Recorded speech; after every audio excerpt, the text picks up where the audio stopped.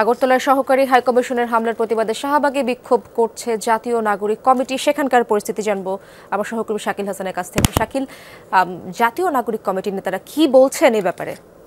পাশাপাশি এদেশে সংখ্যালঘুদের উপর হামলার ঘটনার কারণে ভারতে এক ধরনের সমাবেশ এবং সেখানে মিছিল, এই যে দুটো দেশের মধ্যে দুটো দেশের মানুষের এক ধরনের বিদ্বেষপূর্ণ অবস্থান, কথাবার্তা, এইসব নিয়ে এক ধরনের সাম্প্রতিক সময়ে কিন্তু নানা ধরনের কথা উঠছে, নানা ধরনের সমালোচনা হচ্ছে এবং সেটির প্রতিবাদে আজকে জাতীয় নাগরিক কমিটি তরুণদের যে সংগঠনটি, সেই সংগঠনটি আজকে শাহবাগ জাতীয় জাদুঘরের সামনে আজকে তারা এই সমাবেশটি করছে।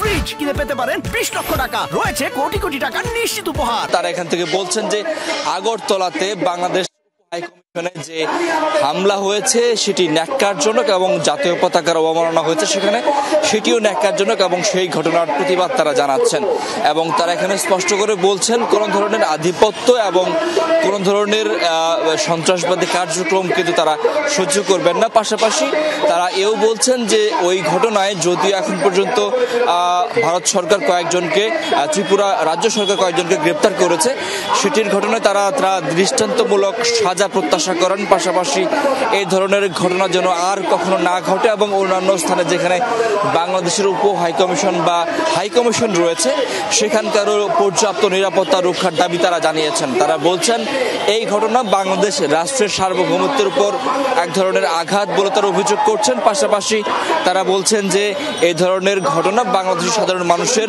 অনুভূতিকে, রাষ্ট্রীয় অনুভূতিকে আঘাত এনেছে এবং সেই আঘাতের জায়গাটা নোটিস করতে হবে ভারত সরকারকে এবং সেটির জন্য যারা দায়ী রয়েছেন তাদের বিচার করতে হবে। ধন্যবাদ।